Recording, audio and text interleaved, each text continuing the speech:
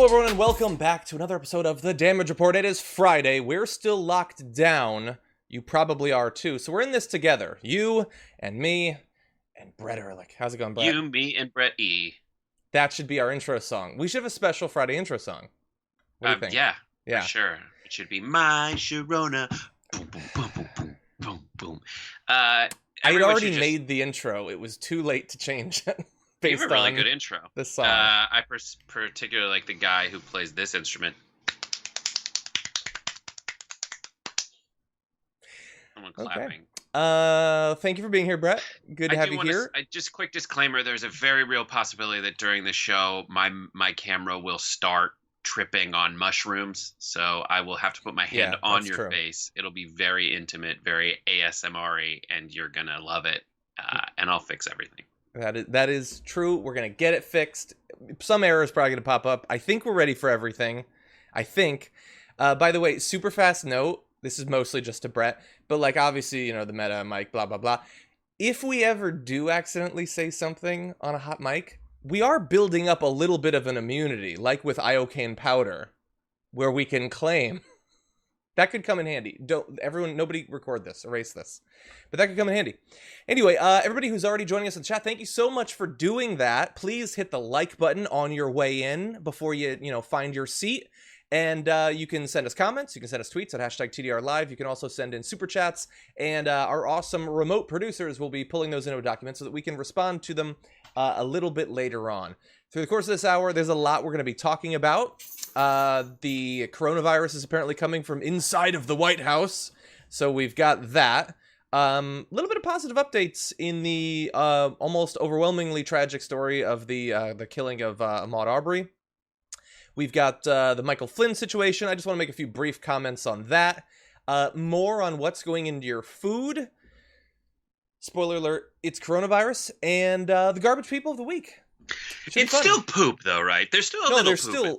No, they're not doing less poop. They're just also fitting in coronavirus. Okay, so like an everything burger of gross. Exactly. Okay. You have to continually update the everything burger with everything new that develops. And if, by the way, so we got garbage people. That's going to be a lot of fun. I don't even know who Brett's is yet. I haven't looked at the graphics that they've loaded for me. But also, if we get past that, there's just a little tiny micro story. Brett, did you even see that story? The very last one that I was like, I got it. I don't even need to do this. Yes. I know what it's about. Okay. So stick around. I just want to I just have something I have to say. It is the dead center of the John Idarola Venn diagram of desire. You don't have to put it that way. How about the Venn diagram of John's interests? How about that? Okay, everyone forget this conversation by the time we get to the end of the show. Okay, and with that, everyone, I can almost do that too. Okay, with that, why don't we jump into the news? Things escalated quickly in the past couple of days inside of the White House when it comes to coronavirus. On Thursday, the White House confirmed a member of the military who worked closely with Trump was diagnosed with coronavirus. And that's obviously, quite serious. We do know a little bit more about that man now. Was a member of Trump's valet and started showing coronavirus symptoms Wednesday morning, CNN first reported. He remained close to the president throughout the day on a consistent basis, according to NBC News. And when Trump found out Thursday that the person had been in his vicinity, he, quote, became lava-level mad at his staff and said he doesn't feel they are doing all they can to protect him from the virus. This is it. This is peak. I guess the disinfectant thing is peak. Mm-hmm. This is also peak. This really essentializes the lack of self-awareness that in the Donald Trump White House. Because at the same time that he's like, go back to work, put yourself in danger, you're going to get put in danger, it's all right, some people might need to die. If there's even a whiff that the reality of the actions he's taking that affect Americans at large actually end up maybe affecting him, he gets lava level mad. Mm-hmm. Which is ridiculous. It's also such a weird... It's a really weird way to say that. Like, if I were leaking something from inside the White House, I would use more vague language, because the sort of person that would use the expression lava level mad once, that's probably the only person that uses that. I feel like they're going to track you down, buddy, with your lava level mad. The guy is like, yeah, Oakley Dokley. No, only one person says Oakley Dokley. It's you. It's you. It's you, Reggie. It's the one guy in the corner with the bow tie starts sweating when the Oakley Dokley quote comes out. But anyway, look, obviously it is scary for people who work around this individual, and not just this individual, but also, as you let me know right before the show went live, an aide to Vice President Mike Pence has also tested positive for coronavirus in the last 48 hours. So both Pence and Trump, I'm sure they're interacting with less people than normal, but they are apparently still interacting with people who have coronavirus. Now, just to catch you up, the reporters say that Trump had at least one day of close contact with this individual, the valet, after the initial symptoms. Trump put out a statement saying that he hadn't been anywhere near this guy. And it's like, I don't understand. That's obviously the choice he's going to make, rather than just admitting, I worked with him in the way that I normally would because we had no reason to believe that he was sick. Why, like, you have to pretend that you weren't exposed? Because they did that the last time, too. You remember, like, 6 weeks ago? The guy visited from Brazil or whatever, and Trump was like, I was nowhere near him, and then a picture came out, and they're, like, hugging and smiling next to each other. It's just the knee-jerk reaction, the need to lie about literally everything, even if telling the truth sort of makes you a more sympathetic figure. Yeah, but that's not the kind of sympathy he's looking for. And he doesn't like sympathy. True. He doesn't want to be a sympathetic figure. He wants to be an apathetic figure. He ends up just being a pathetic figure. Mm-hmm. Yeah, you drop off the app. So at least in response to these two individuals so close to the president, the vice president, becoming infected with coronavirus, now, instead of his usual weekly tests for COVID-19, Trump says he'll now be tested daily, as did Pence. That is a big shift. We might talk about that a little bit later on in the show, perhaps. Well, the odds are that he might beat it. Like, even if Trump gets it and Pence gets it, they might beat it. Trump I think they almost certainly would. Yeah, right. But, like, if that happens, imagine the sad, pathetic brag dance he's going to do. He's like, I got it. I beat it. I'm a winner. I beat viruses all the time. That's what I do. And so can you. You think... my assumption would be that he would never admit that he had it. You think he would admit that he had it to say that he beat it? If he gets to a Boris Johnson level, I need to be hospitalized. Yeah. And he's just going to say, yeah, I fought hard and I won it. I won the battle. Yeah. And so everyone should go get exposed. But can we take a moment for Trump? I like that you're saying valet. I hope he says valet, like he's an old, this is my valet, like the Anglicanized version where they're like, no, you pronounce everything. Yeah. A valet. Yeah. Like Downton Abbey situation. That's what he has. And I'm sure he makes them dress like that. And I'm a member of Trump's valet. That's how you know that Trump is like, as much as he tries to be a populist, he's still a wild elitist. Like who refers to as members of his valet? Like I didn't know enough about what valets or valets are outside of car parking, which is mandatory in America. It's kind of in Los Angeles, kind of like an excise tax. But I don't know enough about valets to know the herd term. Like that he's got like a member of the valet. I didn't know that noun. It's a van of valets, I think. Yeah, exactly. I don't know for footmen though. Valets. A murder of valets, yeah. So one of the reasons that I wanted to talk about this, and the reason that I think there's a 1% chance that this ends up being an important story, not just a story that's worth talking about, but an actually important story is, we know that for your run-of-the-mill conservative, for them to change their mind about something, it has to hit very close to home. Sometimes an immediate family member can cause them to have, a bit of empathy over something. Not a stranger, certainly, but maybe an immediate family member. Usually it has to affect themselves.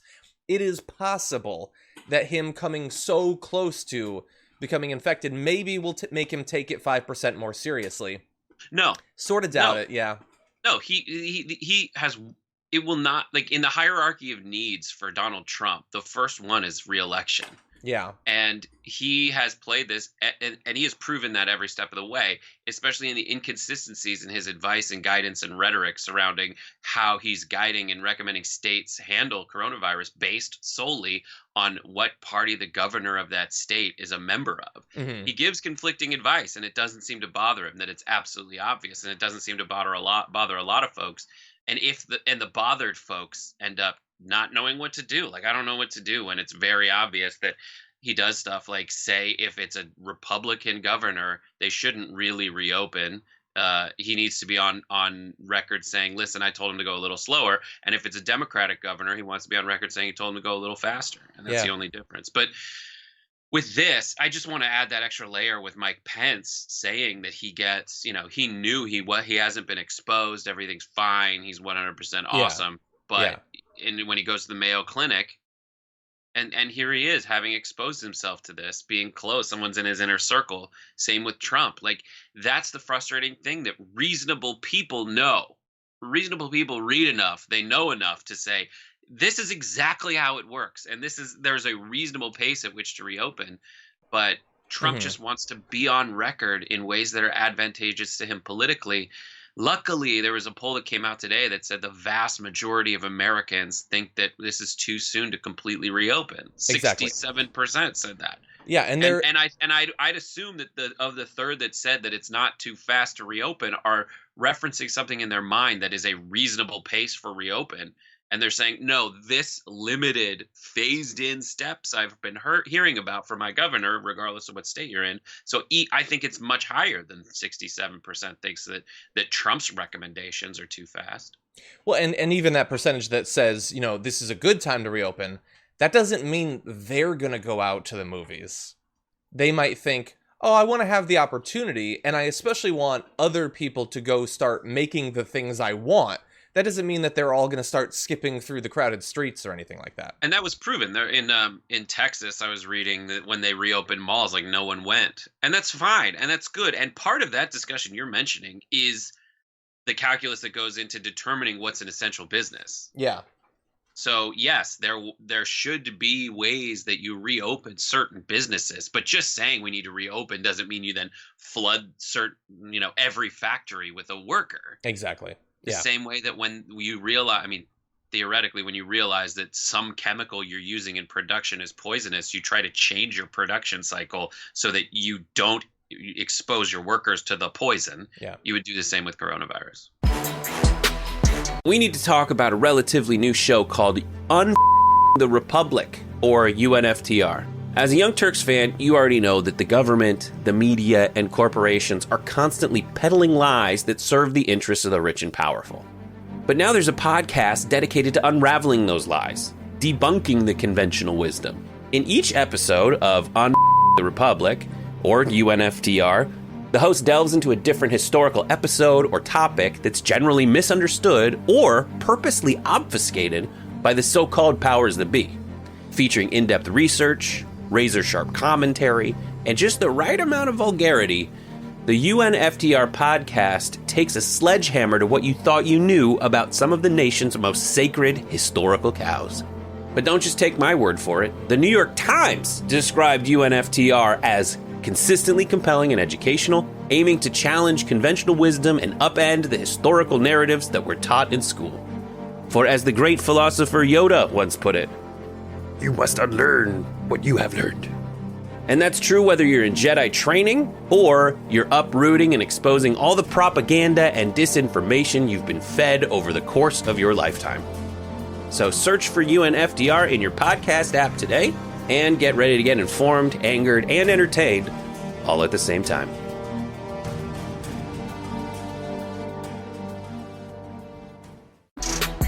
Just a couple of days ago, we showed you the incredibly tragic public murder of Ahmaud Arbery, and there has been a lot of attention on this case in the wake of that video being released. And now, finally, some progress in the case. Gregory McMichael and Travis McMichael were arrested in the death of Ahmaud Arbery. The Georgia Bureau of Investigation announced both men face charges of aggravated assault and murder. And so those are the two individuals seen in the video wielding the Magnum and the shotgun. There is a third suspect that is being talked about but has not yet been brought in, that was a little bit farther away but potentially either has information or could have been involved.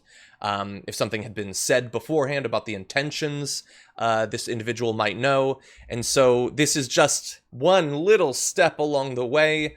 But at this point, considering the months that it took for even this step, any step seems pretty good. Yes, it is. It is gut punching how much it takes to just get folks in an insulated community like that to do what would to other folks seem utterly intuitive. Like, you see that video, you do something about it. Yeah. And it took an entire nation of people saying, do something about it, for them to end up doing something about it. Exactly. Yeah. And, I saw Trump said that the video was devastating. That's good. If this is the last he says about it, then good job. Yeah. But there is every reason to believe that in a month he's going to be tweeting about how Gregory McMichael's a hero and the lamestream media has smeared him. And well, already, who knows? But right now it's okay. Yeah, but already folks are trying to resurface anything that could potentially, in this guy's past, seem at all whatsoever questionable. But think back to like the things that they said in the original article. The thing that, just proving racism, like stopping at a construction site to look in a window, is the whitest thing in the world, right? They think that he was casing the joint. But like, I live in a place where there's a lot of construction and a lot of people walking by. Everyone stops and looks in the window to see how it's doing. Yeah. Like, everybody does. They're looking through fences and everything just to see, because construction is very, very you get curious about it. And to prove their racism, when they saw a black guy do that, maybe they had it before, but it judging from even the story they put forward, yeah, like, come on, that is utter racism. Yeah, when my wife and I, we go on at least one bike ride each weekend. We just ride around neighborhoods. The number one reason we do this is to point out doors we like, yards we like. You look at houses. That's what people do. You're allowed to do that and not be murdered as a result of it. So just briefly, we're going to have more commentary on this. But before we get to that, I did want to show you a little bit, a couple of excerpts of the interview from Chris Cuomo's program last night. Jasmine Arbery, that's Ahmaud's sister, came on, and we have a little bit on her reaction to the arrests that had just been announced relatively recently at that point, and then also a response to the question of why she thinks this happened in the first place. Well, as of today, we feel a sense of relief. This has been a long run. It's been a long time. It feels like it's been a long time. So this day was a turning point in recovering my brother's case and getting justice for him. So we're relieved and happy. Why do you think this happened, Jasmine?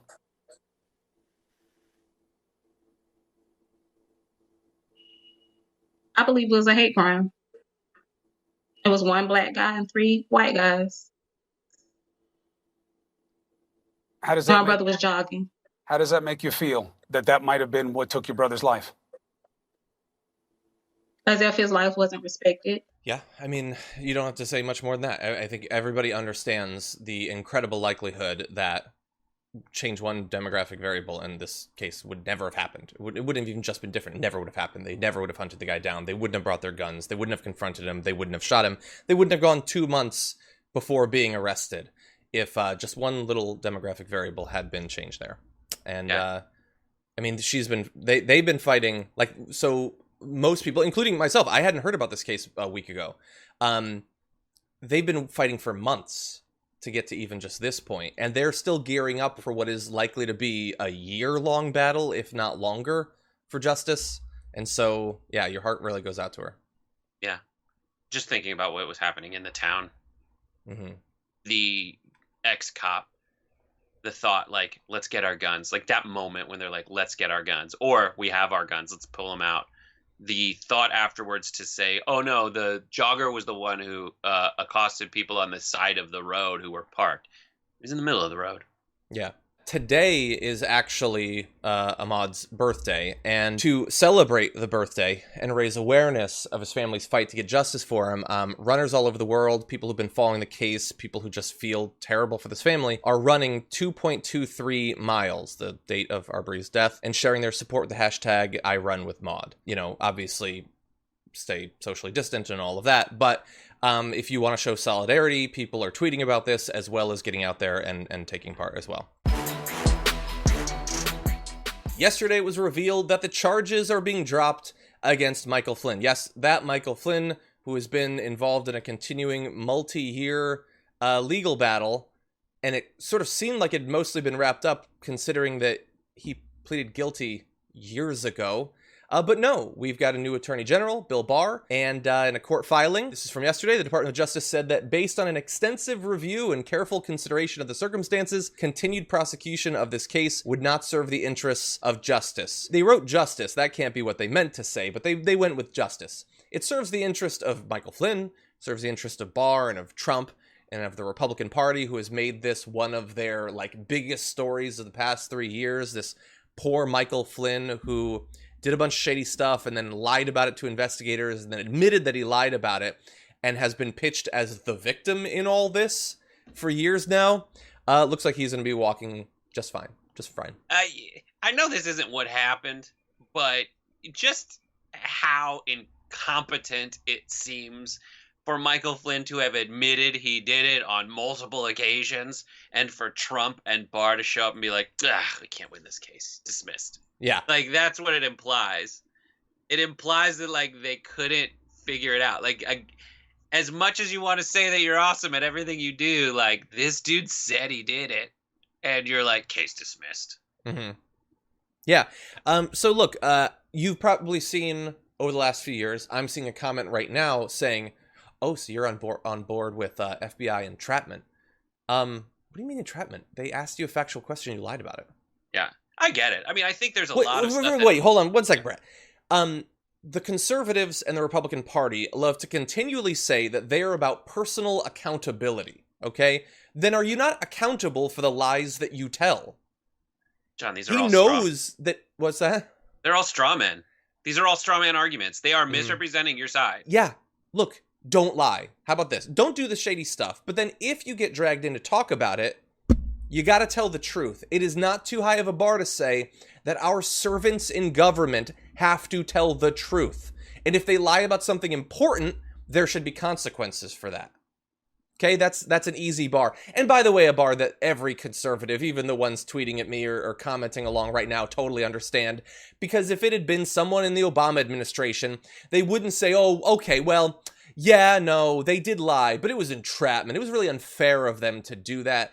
I should not have to continually play the what if it had been under Obama game. If you're a conservative and you make an argument, briefly just think, what if it had been under Obama, if you care at all about being consistent? And if you don't, you should, okay? It matters. The system would work a lot better. Politics would be a lot smoother if we actually cared at all about being consistent with our values, our statements, and our expectations. Yeah, it's stupid. It's ridiculous. Everyone who says that they want to hold folks responsible for anything, it's lies. And it's all straw man arguments. They are all saying, they say that there are new documents. They won't show you what's in the new documents. They'll cherry pick what's from the new documents. Every reasonable analysis of these, quote, new documents says that the facts of the case have not changed whatsoever. And essentially all that Barr and Trump are citing are Mike Flynn's own feelings about the situation, about his change of heart once he realized that when he thought he made his decisions when the old rules applied.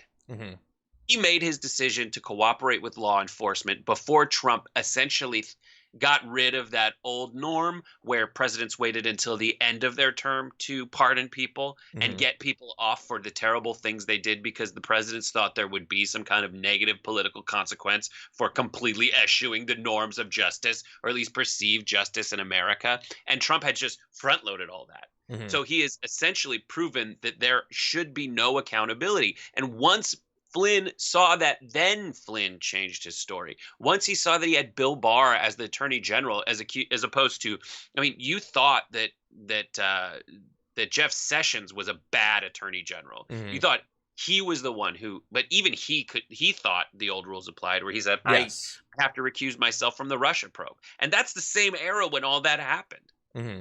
Now, no one does it. No one does any of it.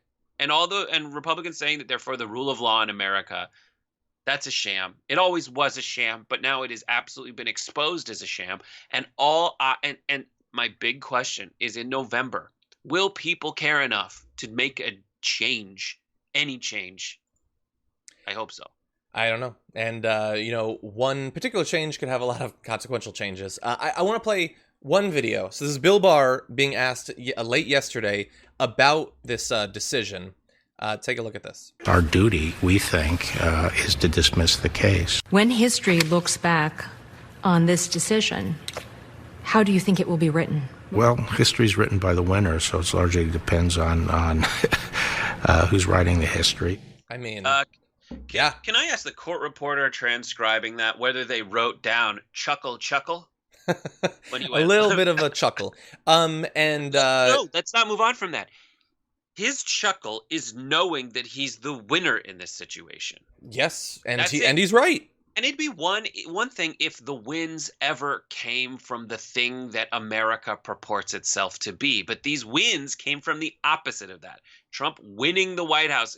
It has to do with every change made going counter to the tenets of democracy. Mm-hmm. Every sly little move along the way by Mitch McConnell to block a court appointee. Every sly little move to get all his courts stacked in very shady, sketchy ways. People using, like Bill Barr did, coronavirus as a smokescreen to get Flynn out of the way. Exactly. Yeah, decide to get all of these things through under the cover because they last. It's not like we identify what you did in 3 months and then it reverses it or anything like that. No, they are succeeding in all of these ways. And but that's what it is, man. This is all like Game of Thrones when folks are like, honor, there is no honor. We can't we don't even have to work on the perception of honor. Yeah. Yeah, it feels a little bit like I got shades of Cersei ordering the guy to kill Littlefinger and then saying, no, power is power. And again, that's true. I mean, we talk about that in the context, especially as you mentioned, of McConnell. But yeah, like they said, if there's I just saw it like last night, a news report. If Supreme Court spot opens up between now and the election, they're filling it. And and we'll do a story where we'll be like, well, obviously that's really hypocritical and they won't care. I'm going to say it because I care about hypocrisy, but not because I believe it will change anything. The only way that you start to get any wins is to actually win. You have to be in power, especially now when they're not going to give those who aren't in power literally anything, and there will be no consequences. Bill Barr is there to protect Trump's people. That's it. That's the only reason he's there. It's the only reason that he was picked in the first place. And going forward, I will say this again, as I've said it a million times, and if we stumble into a second term for Donald Trump, I'll say another million times. There are no consequences going forward. There have been virtually no consequences up until this point, but there are no consequences going forward. And even scarier than that, there is likely to be no even understanding of what's going on going forward. They're taking out all the inspector generals. They're weeding out the only people that will actually leak anything. They're sacking everything with loyalists. It is not going to be the same as in the first term, where we do a lot of outraged coverage of all of this corruption and lying and criminality and all of that. We won't even know about the things that they're doing to get outraged by it because they have so overwhelmingly dominated every bit of power in DC. The stakes could not be higher and more obvious. Okay, so we're just going to have to continually remind people of that. And you need to figure first, what are your goals and then how can you accomplish them? Make sure that you have goals. That's a difference, I think, between the Republicans and the Democrats. Like we always purport to, like the Democrats always say, like, the rules are different, the norms, this is not normal. All right, fine, it's not normal, but that's not a way to accomplish the goals that you want. The goals that you should want are like a Supreme Court that actually serves justice. Like that's what you should want. And that's essentially identifying where the position to enact change based on power, where those positions are and pursuing them. Like McConnell does it, Trump's doing it. Who on the Democratic side is doing that? And I think we all need to. I don't care if it's the Democratic side or not. I'm talking about just folks who are progressives. Don't make it partisan, make it ideological. The progressive side needs to get someone who is more in line with their goals in place, building a coalition, making that happen, and we need to do it immediately. For weeks now, we have been tracking the situation at the largest meatpacking plants across the country, the rate of spread of coronavirus there, the moves made under the Defense Production Act to make sure that they stay open to stop the supply chain from grinding to a halt when it comes to meat, and all of this, lurking behind it, is danger, potentially. Both physical danger from the spread of coronavirus, where these meatpacking plants are great ways to pick up COVID-19, but also the fear that many workers will have to choose between their health and continued employment, with threats to both. So I want to talk about two stories right now that involve these meatpacking plants and show a great deal of both lack of concern for worker safety and also corruption. So just briefly, let's talk about an attempt to shut down a meatpacking plant that was experiencing a rapid rise in cases of COVID-19. So this is on Tuesday, March 31st. There's an emergency room doctor at the main hospital in Grand Island, Nebraska, sent an urgent email to the regional health department, quote, numerous patients from the JBS beef packing plant had tested positive for COVID-19. The plant, this doctor feared, was becoming a coronavirus hotspot. So another doctor says, our message is really that JBS should shut down for 2 weeks and have a solid screening plan before reopening. So they're reaching out to the regional health department to get them to shut down this plant.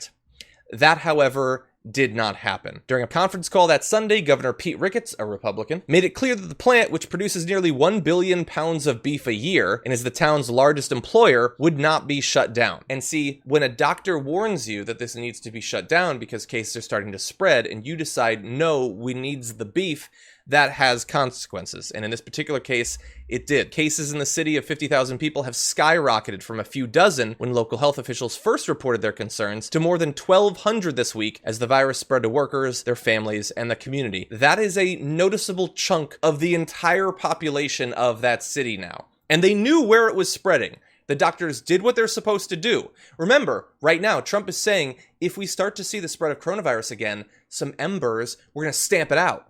Well, they tried to do that in this case. Doctors identified a place that it was spreading. They tried to shut it down. And the Republican governor said, no, we value corporate profits and access to meat more than the health of our employees. And more and more people are getting sick. Yeah, it's not a consumer-based approach. It's a corporate-based approach. Yeah. And consumer could not be more literal right now. Like, take care of your, let me put it in terms you can understand. Take care of your market. Mm-hmm. Take care of your demand. Make sure that people are out there healthy and safe, and set up all the fundamentals first. It's so frustrating because you see the stock market doing just fine. Tech stocks are up net over the year and things are fine as you see record unemployment, like 14% unemployment rate, plus 20 million people factor into that or something crazy like that. 20 million, I don't even know. It's an insane amount. And the stock market's doing fine. And I'd like to think that the reason the stock market's doing fine is that they have faith that coronavirus will end soon. Mm-hmm. But it's just so symptomatic of the stock market that as much as they want to say that they have the finest minds, a lot of them, it's just a group mentality. Mm-hmm. Fear drives it. And they don't have any fear right now not because they have faith in the president to take care of coronavirus, but because they have faith in the president to take care of them. Yeah, exactly. Yeah, and it's you point this out, but it's such a short-term approach. Like, there are not enough billionaires to buy the products they need to sell for these businesses to exist. It just doesn't work in the long run. Maybe they're just assuming it's cost of doing business, that a certain percentage of the non-elite population will die. And that's what's necessary. But yeah, maybe, you know, man, like maybe there's a small percent that they can. I mean, most companies are not, do not get the business of most people, right? So a 2% cut overall in your revenue, straight up gross revenue, could potentially be, if what's passed, if precedent serves, could be buttressed by a federal government handout to the companies. Yeah. Like, that's it. Even if it is 2% of the entire population dies, that's 2% of your operating revenue, which means if you're a big enough company and the government, as it has done before, says we are going to give the money in our still stupid trickle-down model, we're going to shore up those revenues. We're going to make sure the stock market is fine, not so that we get votes. Most people don't have stocks, but so we can still get the money in through donations and lobbyist contributions to keep that sector happy with us so we can make ads that convince people that we're working in their best interest when the truth is we are not at all whatsoever. Yeah. So you mentioned the stock market is doing just fine. I had a period where, because we at TYT, we have access to 401ks, which every single American should, but unfortunately doesn't. And it had just been devastated at the beginning. And I looked at it randomly. I hadn't for some weeks because it was so depressing what had happened after, trying to save for a few years. And it had mostly come back. And I thought, how is that possible? Like the rate of unemployment applications is increasing every week. We're at crazy levels, and everyone believes it's going to be worse.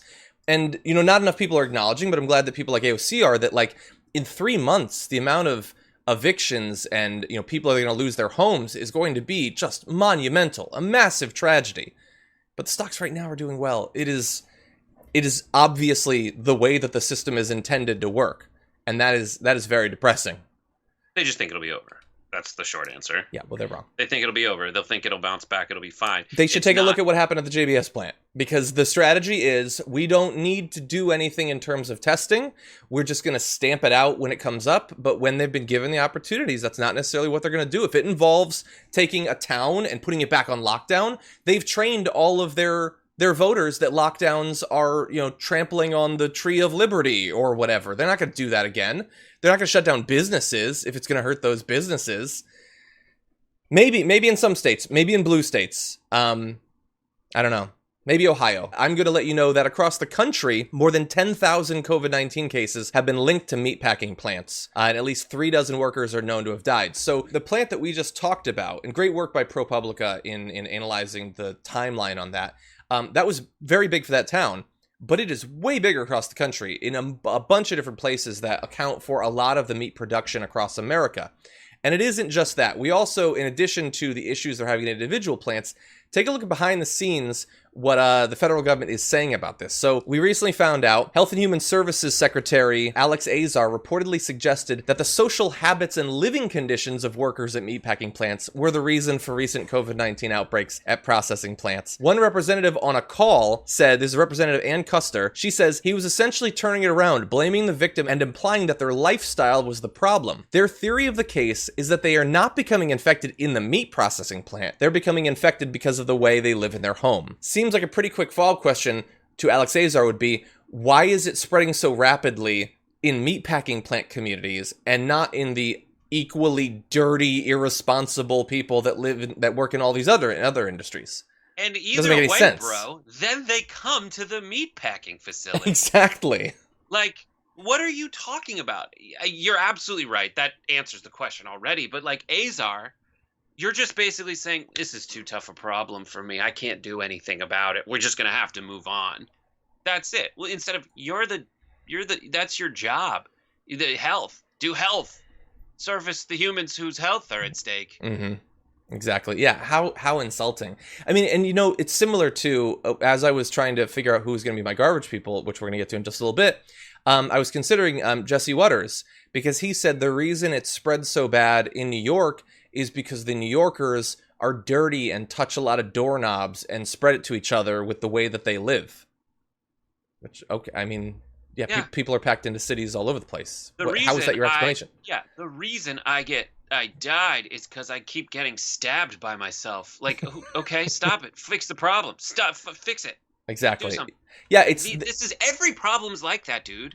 Every problem is like that. There is something that's difficult. That's why we classify it as a problem. It's your job to fix it, and that's it. That's the thing, is that they don't care. They want to absolve themselves of responsibility, and they want to absolve their audience of any sense of responsibility, while saying that the problem with people in general is that they have no sense of responsibility. Exactly. Right? That's the argument against Democrats, is like, you guys have no responsibility. You want a government handout. That's stupid. But when it comes to them, it's everyone else's responsibility. They give the government handout to companies. It's not my responsibility to fix New York. No, it's not. But it's somebody's, and it's our responsibility. And I would like to point, if you want to find the silver lining, when we had to stay home, most people did. This is crazy. That's true. They're denying the fact. They're trying to misrepresent, as they always do, and that's what Fox has been able to do. Is they start pushing reality one way, and then they get enough of a perception of reality that they've warped it to that then then the consequences are that people start believing that reality and acting according to that false reality, making it a reality. This is what's so frustrating about it. Is like, no, just take a second. Touch blue, make it true. A lot of people stayed home. Yeah. A lot of go look outside. The thing that you're complaining about is because most decent, reasonable people acknowledge that this is a problem, and they are doing the reasonable thing to solve it. We can have a discussion around the edges, but the folks who say like, nah, just go out there. Let's go, like you were saying, at Publix market, saying this is all a ruse, this is all fake. No.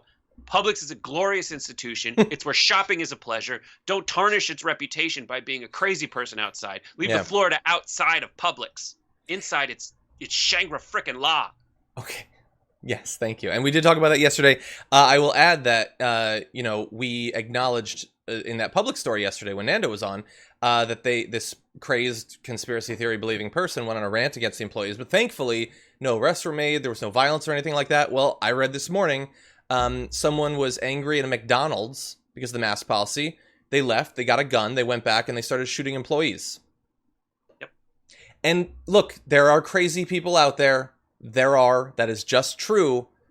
So be careful when you arm crazy with crazy and say, these people are stealing all of your rights, okay? Now, no one said that McDonald's is stealing all of your rights, but we've had 6 weeks of your rights are being taken, the Constitution is being shredded, they're going to steal all your guns, and it all has to do with these lockdowns, which totally shouldn't exist, and there's no scientific basis for them. And by the way, the numbers are being inflated, and maybe something 5G.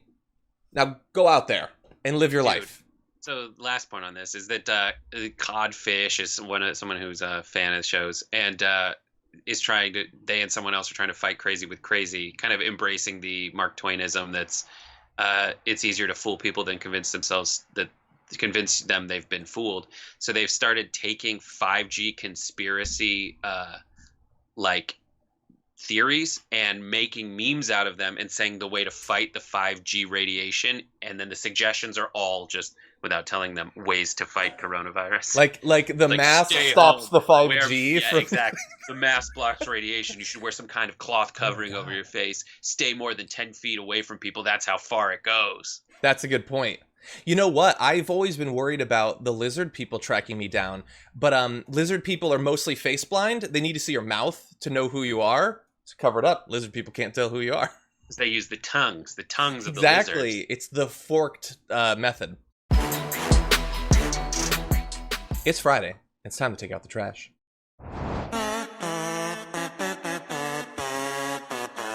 It is garbage people time. Brett, you have a garbage person in mind? Yes, my garbage person is Jordan Goudreau. Oh, that's a pick right there. Tell us why. I do have some graphics for this. Theoretically, you have them. You do. I was trying not to go forward, but I am going to find them. Jordan Goudreau is the guy who's behind Silvercore, which itself sounds like when you're watching like a bad sci-fi movie about mercenary groups, they come up with a name like Silvercore. To their credit, it's not like called Black Stone or Black Water or something. They went for silver, but it's still kind of conspiracy theory because it makes you think of colloidal silver. Anyways, not only was he the crazy group behind this weird coup, emphasis on the coup, for Cocoa Puffs plot to take over Venezuela at the behest of Guaido, theoretically, while still having connection to the State Department, unofficially, who knows, in a kind of like let the crazies be crazies kind of way. But people went through their website for Silvercore, and here's what they found. There are pages on the website without active hyperlinks with wording nearly identical to online texts from inspirational speaker Tony Robbins, a more established competitor in the private security industry, and the fine print of online educational website Masterclass. Nice. Wait, hold on, pause there. Because as I was reading that, I thought it said online text from inspirational speaker Tony Robbins, a more established competitor.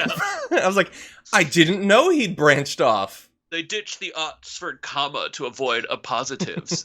Anyway, so here we go. When a crisis arises, just to give you an idea of what they're plagiarizing, when a crisis arises, the first thing people often look for is a leader, the person who knows how to solve the problem and will take the necessary steps to do so. This nothingism was taken essentially from a 5-sentence blurb. And then it says, except for the substituted word silver core, the 5-sentence blurb is identical to a passage on the website of Tucker and Hall, a Jacksonville, Florida-based PR firm that specializes in crisis management. So not only are they the crazy pantses who decide that they're going to, like, you know, skirt decency to stage a coup, some kind of weird invasion of Venezuela that I still don't really understand, but they are lifting their PR Borat style from similar seeming companies and motivational speakers who are equally full of S. And really fast, because I love this so much. I get the desire to plagiarize, save yourself some time. And if there's something super, like, it's so well worded, so inspirational, maybe I get it. But, like, when a crisis arises, the first thing people often look for is a leader. You couldn't come up with that yourself? You had to steal that? Would you like to know more? Like, it seems like a satire of, like, fascist propaganda in Starship Troopers. Like, exactly. That's what it sounds like. No, it's a good pick. Garbage person. It's a good pick. People died, you know, obviously makes the U.S. look horrible, but serves as a great reminder that the U.S. is frequently engaged in these sorts of activities. Trump implied this morning that we weren't involved, even though Pompeo sort of indicated that we indirectly were. Trump was asked about this during his interview in Fox and Friends and said, no, if I did it, it wouldn't be like a boat of men. It would be like an army. Because he jokes about invading. In billions and billions of ways. Right. Like, it would be an army. So you're going to take our army to Venezuela. Invade Venezuela. Like, that's how he said it before. Happen. And it's just like, make America great again. Oh, it seems like we have. We're like, kind of, without thinking about it, sanctioning at least by saying, like, I'm not going to say don't. Coups in South America to install people that we think are beneficial to us, like, geopolitically and on a global economic scale. Like, that's where we're back to. I mean, it kind of makes me think, like, this Middle East thing, that's kind of, like, new. That's why we're still so bad at it. We were terrible at it in South America, but, like, you know, glory days. Let's go back to installing puppet dictators in South America. Yeah, it's Nando and I talked about it yesterday. It is thoroughly a 2020 coup attempt. Like, the live tweeting, the weird interest in airsoft, the QAnon connection. It's so 2020. Very good pick for garbage people this week.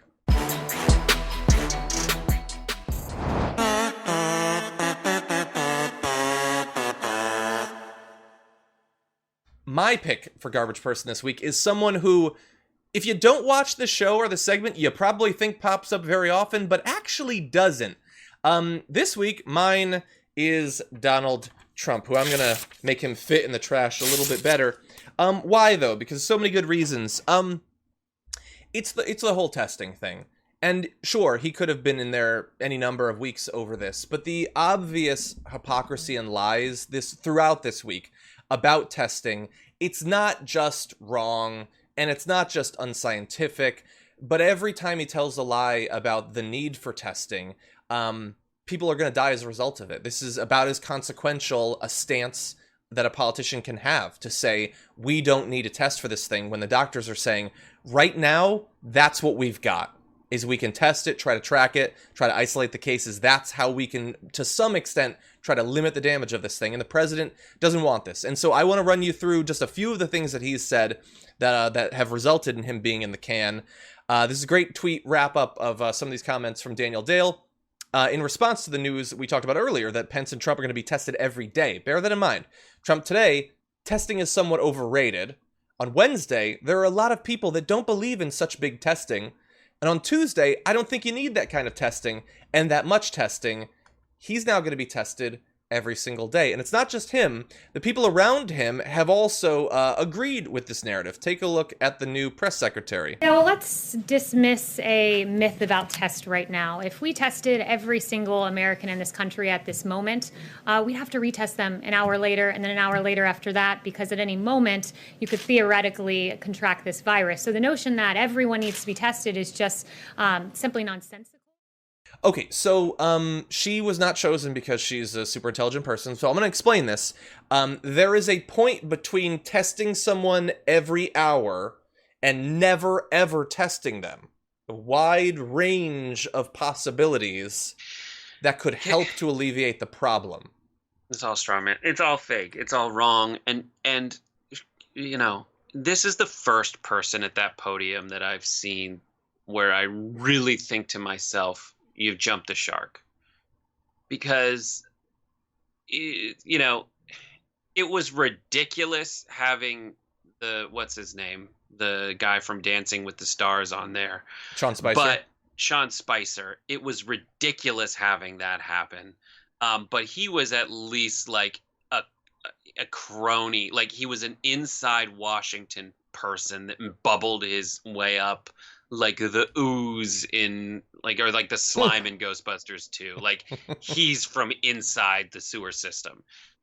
Kayleigh McEnany was just like this floating nothing. I mean, and then Sarah Huckabee Sanders, 100%. Like, her name is the pedigree, and she at least she went back. I mean, he was weird, and then what's his name? The Scaramucci was insane, but it only lasted for a second.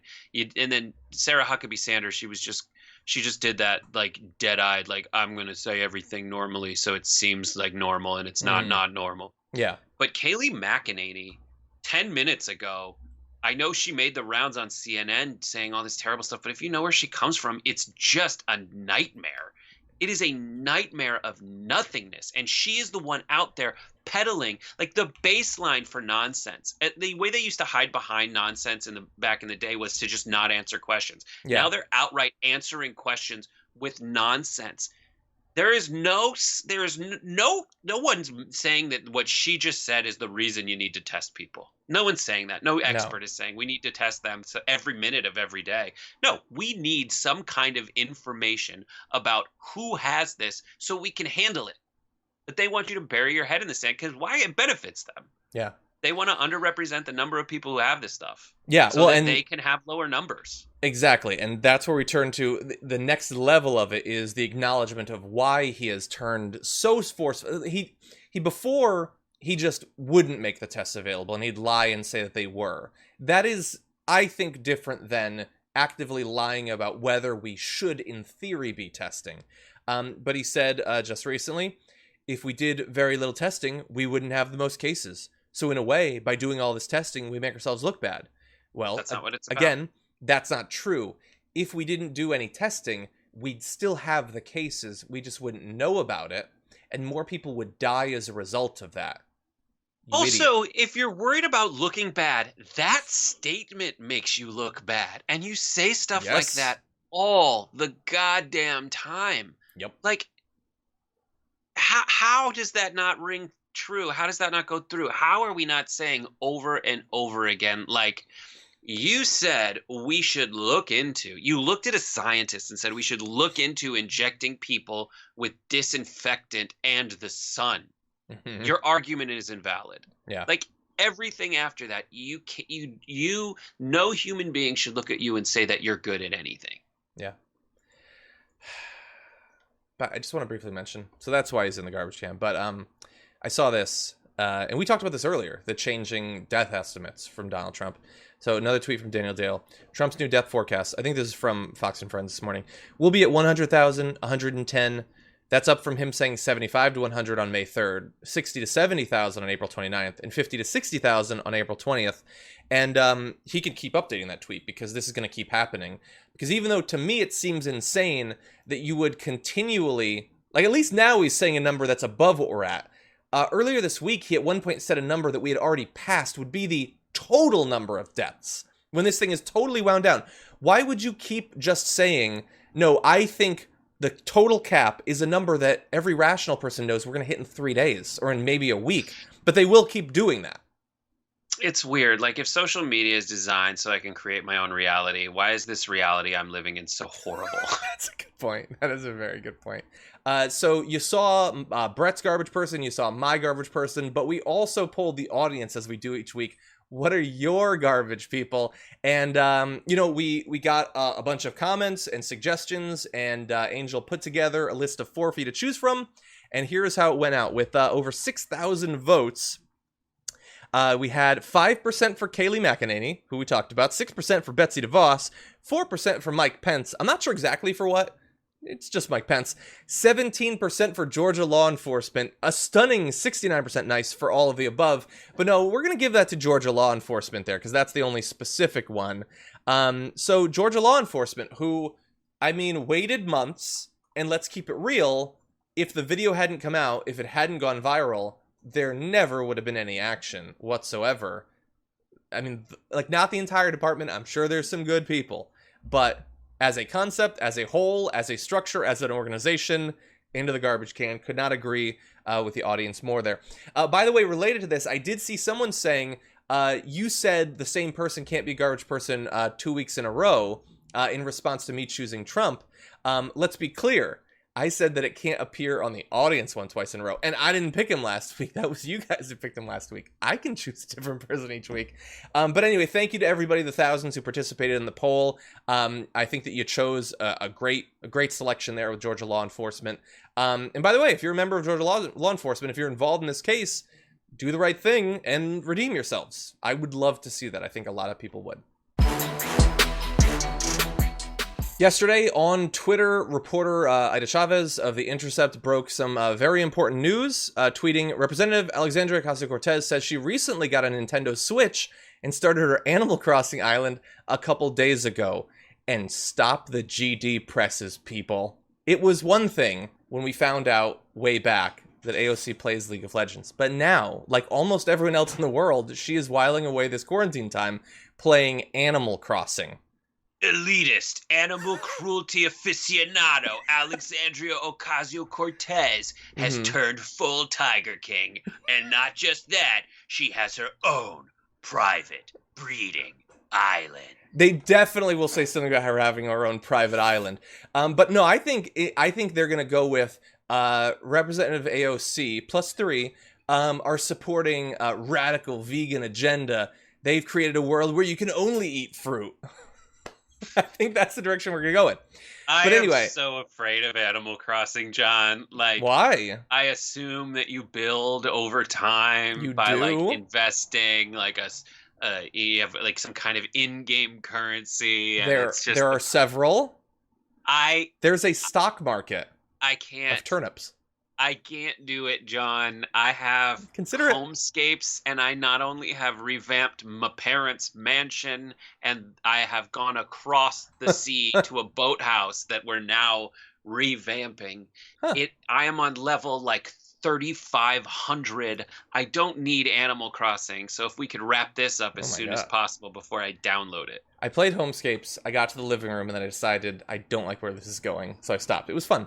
But anyway, things rapidly escalated from that initial breaking news. With the representative now being outed as an animal crosser, she said that she was going to make the decision, which is always risky on Twitter, to open up her DMs for people to share their dodo codes. That allows her to come and visit your island and interact with you. She did that, and it apparently was not a disaster. Technically, it was a disaster. Her app apparently fried from the number of messages she was getting, but she did tweet, honestly, never in my life did I think opening my DMs would grant me faith in humanity, but the brief window actually resulted in a lot of these messages being very wholesome. People are asking for surprise visits to their spouses' islands. This is the love everyone deserves. And the thing is, she asked for those codes, and she used those codes. And she apparently visited some people's islands. We have a photo. That's her dancing with an individual with a balloon hat on. And I'm going to say a sloth. A sloth. She released a screenshot of herself. You can see right there wearing a shirt she made herself that says AOC on it. Cute. And it looks like fun was had by all. Ah, thank goodness. I say thank goodness. And I also say that there is one issue with this because what about my island? I got an island. You can't really see, but I'm wearing a mask because I'm responsible and I have a tie-dye shirt. Is my island not cool enough for Representative AOC to come visit? I did not send my dodo code. I want to be very clear. I did not send my dodo code. Why not? I don't even know how to find my dodo code. I don't have time to play these days. But I did play in the beginning. Anyway, I know that there's going to be like a segment on Sean Hannity attacking this later, that she did this. I just love it. And I love the little details. Like, one of the things she wanted to do when she went to people's islands was you have a message board that people can leave messages for. And she did. And when you leave a message, it has your signature. And in your signature, it has your name. And it also leaves the name of your island because everybody has to name their island. And so through this, it was revealed, perhaps accidentally, that Representative Alexandria Ocasio-Cortez has named her island BoogieDown. Which I just love. I think that's great. Anyway, What's your island called, John? It's Riley. It's the island that the great old one Cthulhu rules in under the waves. It's a little nerdy, but yeah. Anyway, I just love this news. Is more damning than the name. That's true. Yeah. Good for you. Thank you. I made a Cthulhu reference on the show a couple days ago. Anyway, you know what? Just, I'm not saying you should tweet to her that she should visit my island or anything like that. I'm not saying that. I will. Okay, thank you. Anyway, it would be cool. I want to have a political rally on my island in Animal Crossing. I think that would be pretty cool. There's a guy apparently that he hosts a talk show in Animal Crossing. He's made a full set. Like, it looks exactly like cameras and lights, and it looks like a talk show set. I think that's a great idea. I might have to steal that. You might remember that not that many weeks ago, I was able to be a guest on the Politicon podcast, How the Heck Are We Gonna Get Along? And I'm very excited to welcome now onto my show, the host of that podcast, for the first time on the Damage Report, Clay Aiken. How you doing? I'm doing well. Good to be here. Very glad to have you here. And so the premise for your podcast is bringing together people who obviously traditionally disagree on a lot of stuff. And we're in a time where these sorts of disagreements seem more timely than ever. What do you think about hosting this podcast in a very different political context than we've ever experienced? Well, it's been an interesting experiment. The podcast is an experiment in itself. How the heck are we going to get along? The goal to try to figure out how people from across the political map really can actually sit down and have a conversation without arguing. And I will say, John, the first episode, you were actually on the very first episode, and it was maybe one of the only ones where people tried their best to do so. So is it it's really been an interesting thing to watch? I am not ashamed of my personal bias. I am willing to admit that I am a Democrat, and I am more to the left than I am to the right or center even, but I do my best to try to call people out on bull, regardless of what side of the aisle they're on. And there's been a whole bunch of it. Yeah, we had one episode when you were on, I think the first one, where people did their best to try to get along, and had some reasonable disagreements but conversations.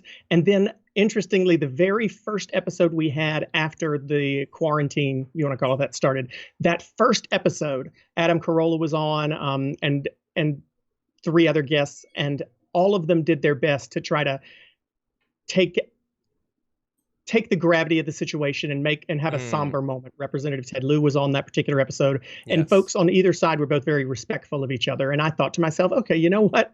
Maybe the answer to how the heck are we going to get along is an international pandemic and a crisis. And the next week proved me wrong. Nope, we can find a way to have partisanship and disagreement even in the middle of a crisis. So that went out the window pretty fast. Well, it might be possible that we can get along during a pandemic, but the pundits might not necessarily. Like, most people out in the country seem to be very supportive of essential workers and nurses. They're complying with lockdown orders and things like that. But sometimes I feel like hosts like me and pundits are some of the worst behaved people. Well, interestingly, like, I don't disagree with you. Interestingly, one of the things we talked about on the episode you were on was the media. And I think the desire or really need on especially the larger media networks parts to use hyperbole and to Mm-hmm. make things exciting. I mean, it's the news. It's 24 hours, and it's supposed to be the news, but it's also TV, and you can't stay on the air unless you've got ratings. If you're a network as big as one of the news networks, so yeah, there's definitely a more of a tendency for those pundits who are traditionally on those TV networks to use hyperbole and to really kind of overinflate things. We've tried with How the Heck Are We Going to Get Along to pull from both the punditry side and from the entertainment side, people who aren't typically on there.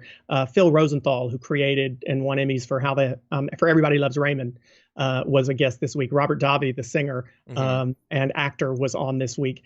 And, it runs the gamut. People are still, people, if they're in the entertainment industry, they know they've got to be exciting if they want to be asked back. And so there's some argument. We're in a place where I think both sides are looking for things to be upset about. And there's plenty there to be upset about. But I don't think we need to look as hard as some people try to look for it. I don't think you have to be indignant about certain things with this particular president, because there's plenty there without having to look too hard, Yeah. And we should, of course, bear in mind that so your podcast has sort of it's asking a question, both in the title, but also, is this actually a thing that can happen? Then all of a sudden the pandemic happens. I mean, as you said, I was in the first episode, and even then we were a bit worried about having an audience. Was an audience going to show up when the coronavirus was starting to spread? But also, it's an election year and a presidential election year. This seems like the toughest possible case for the idea that we could potentially get along. So if you do survive this, it should be smooth sailing for any number of seasons in the future. One would hope, but you're right. But I mean, I think that the culture nowadays, and this is just, again, I'm there on the show to moderate, right? I'm there to engage the people who are the guests on the panel in a discussion, but I'm not immune to having an opinion myself. So occasionally I'll share it too. And I think that, my opinion right now is that the hyper partisanship that we've seen, we thought it was bad between 2008 and 2016. We thought it was bad when Mitch McConnell said that his whole goal was to make Obama a one-term president. And I didn't think it could get any worse, but well, we've been proven wrong there. And my fear is that if we don't recognize the fact that, we thought it couldn't get any worse, it has gotten worse. If we actually allow ourselves to believe that it can't get any worse than it is right now, then we really could be in for a world of hurt if it does. And I think my personal goal is to try to identify there are places where even people who I agree with politically or on policy are looking for reasons to argue and looking for reason to be upset. And I feel like if we don't take the opportunity to strip that away and to try to at least disagree on the policy issues and some of the particular gamesmanship, but not some of the trivial. And you know what? I think the problem is this particular president doesn't make it easy to ignore certain things, right?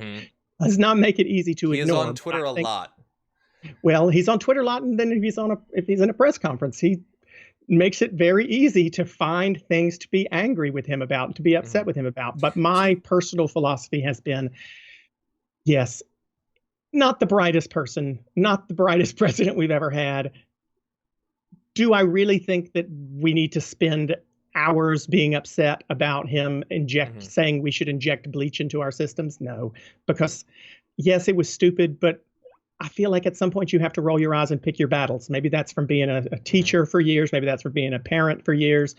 There are lots of battles that are able to be picked, and I don't need to pick them all. Let's focus on like the real substantive ones. So I haven't gotten unsure of a read off of what you said so far. Do you believe that some of this hyperpartisanship would be alleviated if let's say we get past November and Trump loses and Biden, or if it's not Biden, somebody replaces him? Do you think that will make it better, or do you think, there's still going to be people that love Trump and now they're going to feel like they've been robbed? Like, do you have hope that things could get better if it wasn't Trump in the office right now? Well, I think that one of the issues that we have is that this particular president has been allowed by his own party to get away with some things that we really probably wouldn't let other presidents get away with. And I don't think we'd let presidents of our own party get away with if they did some or said some of the things this president has. But I think in the defense, and I should put that in air quotes, but I can't move my hands right now, in the defense of the Republican Party in Congress, they have a fear that if they don't side with Trump, they will be eliminated within their own primaries, right? Yes. I don't think that's a valid fear. I think you should stand up on principle, but they have that belief that, okay, this is how this president is going to respond, and this is how politics is now.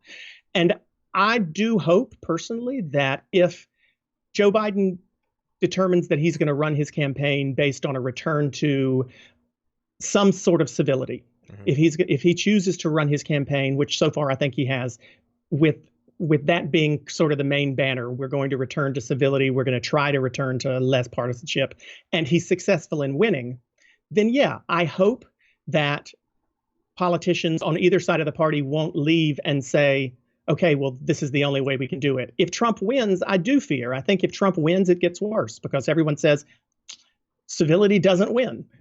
Civility doesn't win, and hyperpartisanship does.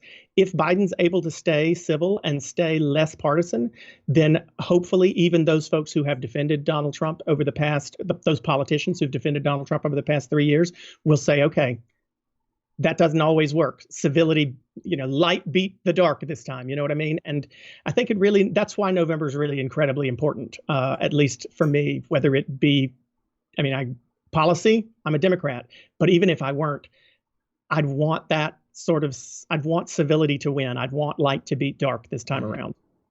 Yeah. And, that's a great point, because I know that over the past few years, Donald Trump has shown that he can get away with almost anything. And the question is going to be, is it him that can get away with anything, or is it a person who is shameless enough that can get rid of everything?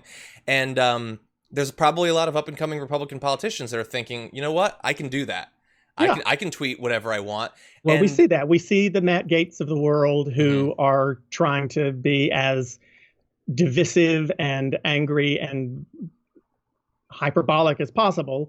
That's not necessarily new, but if it proves that that's the way to win. Negative ads have always been in American politics, but certainly at some point we realized on TV, whether it was the Daisy ad for LBJ or some other time, we realized negative ads really work. And once people realized those tend to work better, that's why now all we see is negative ads. We rarely see positive ads from any politician. We see attack ads on the other side. If people start to believe that nasty tweeting, insulting, that works. If they believe that works, they're going to continue to do it. And I am loath to defend conservatives a lot. I'm loath to defend Republicans sometimes, but I want to be, at least myself, the type of person that I want the other side to be too. And I don't know that that's going to change anything. I'm not going to pretend I'm stupid enough to think me trying to be more fair is going to change anything, but I don't want to be a part of the problem. So, yeah. Let me ask you one more question, because you, in the very beginning, you alluded to the willingness of some of your hosts, perhaps outside of or some of your guests outside of the first episode, to spread a little bit of BS.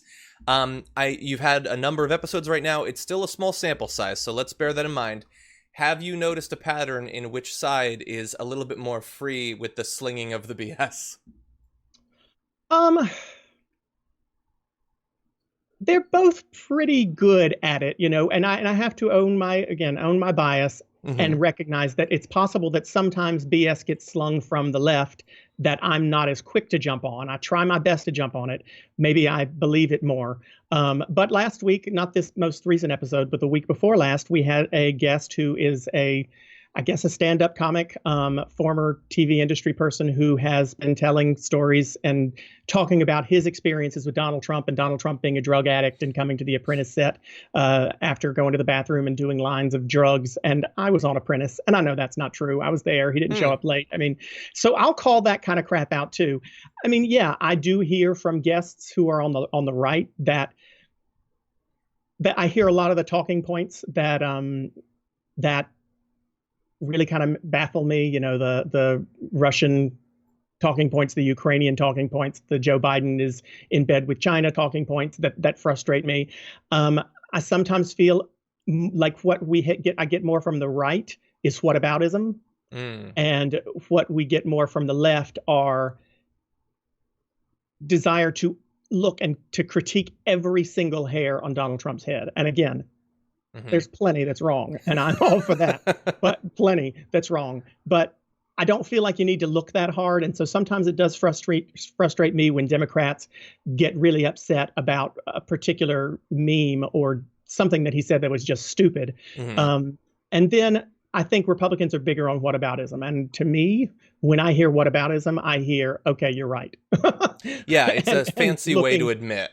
Yeah. And looking for recognizing, okay, you got me there, but what about Obama? Yeah. Well, Obama's not president anymore, so move on. Exactly.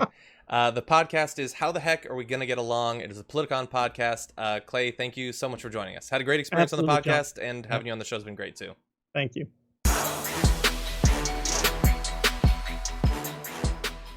Thanks for listening to the full episode of The Damage Report. Support our work, listen ad-free, access members-only bonus content, and more by subscribing to Apple Podcasts at apple.co/TYT. I'm your host, John Adarola. I'll see you soon.